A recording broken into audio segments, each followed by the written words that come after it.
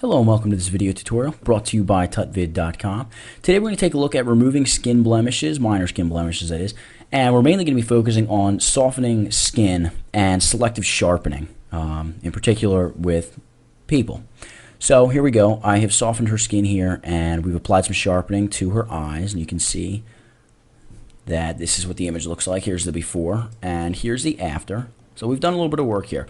Let's take a look at how exactly we can do this. I've got this image here, which is basically before all of that work's been done.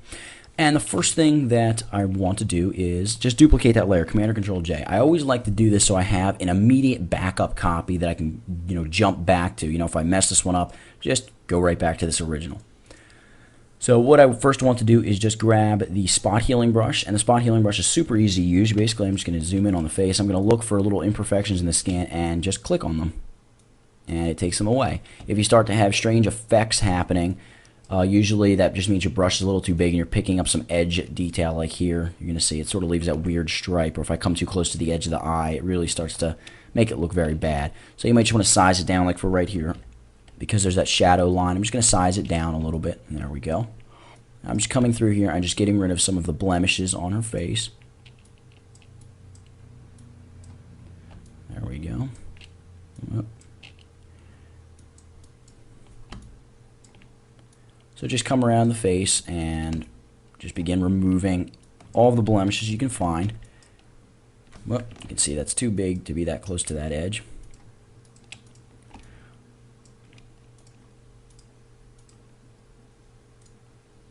Alright, and that looks like it's about good for now. There might be a few small blemishes, but we're not going to be too super worried about them.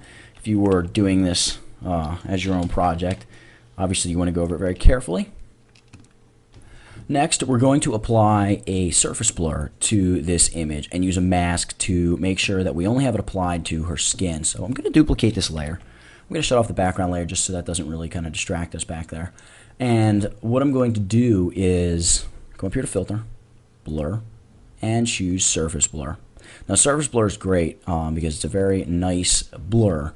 And you can see it just sort of really flattens out the skin, yet it doesn't really give us a harsh effect over the eyes. But we really don't have to be worried about that. We're just focusing on the skin.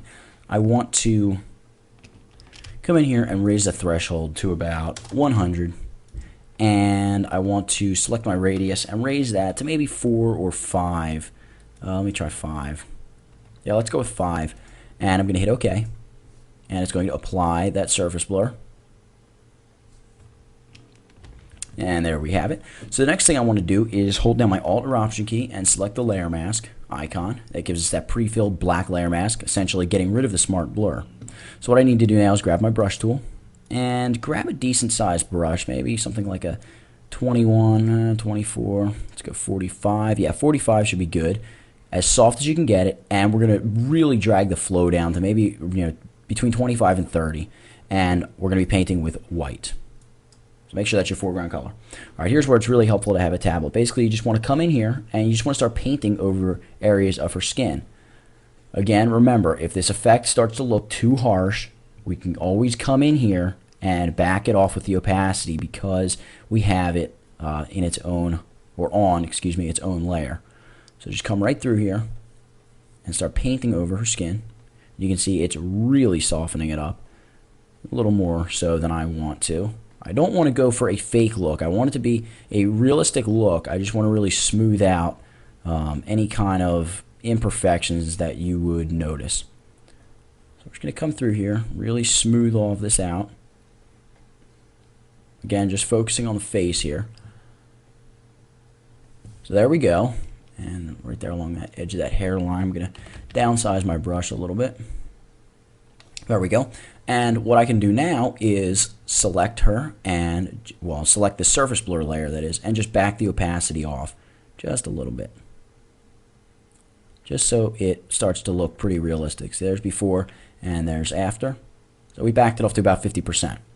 Next thing I want to do is create a mask that's basically going to select the majority of her skin on her face. So I'm going to hop over into quick mask mode. I'm going to select this icon right here, quick mask mode. That's fine, we can paint with black.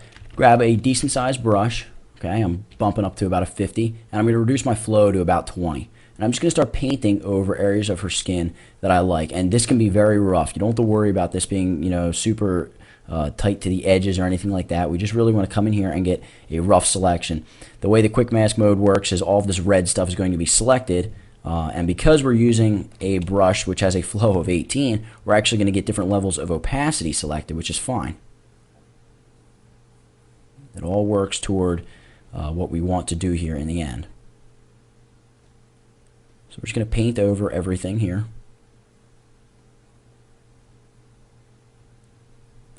Grab all this skin. Okay, that looks about right. Let me grab a little bit more on this cheek. There we go. Now that we have all of this painted red, and actually, I just noticed this little area right here at the bottom of the nose. Now that we have all this painted red, we can hop out of quick mask mode. You're going to see it's going to give us a selection over this entire area. And you can see I missed this area here and that area. So I'm going to hop back into quick mask mode real quick and just throw a little bit more over those areas in an attempt to get them. Hop out of quick mask mode. All right, this is good enough. And remember, this is not a hard edge at all. So this isn't going to be the exact edge or anything. We don't have to be worried about that. I'm going to come back to the original layer. Whoop, I'm going to hit OK for layer style there. I'm going to come back to the original surface blur layer here, and I'm just going to hit Command or Control J to copy this selection and pop it up onto its own layer. And we actually have, because we painted in black, the quick mask selected everything but that red. So we just want to invert the selection. Control or Command Shift I. There we go. And let's move over here. And again, Command or Control J to pop that up onto its own layer. You can see now we just have the very faint outline of the face, but it's enough to do what we need to do. The first thing I want to do, well, up the opacity to 100, you can see. Now we can see it a little bit better. The first thing that I do want to do is desaturate this. So that'd be Control Shift or Command Shift U. We'll automatically desaturate it. A little creepy looking right now, but don't worry. What I want to do is come up here to Blend Modes, make sure I've got my opacity at 100, and set this to Soft Light. Okay, so you can see what we've just done. We've just really helped start smoothing her skin out a lot. I want to duplicate this layer, Command or Control J, and I want to set this to Overlay.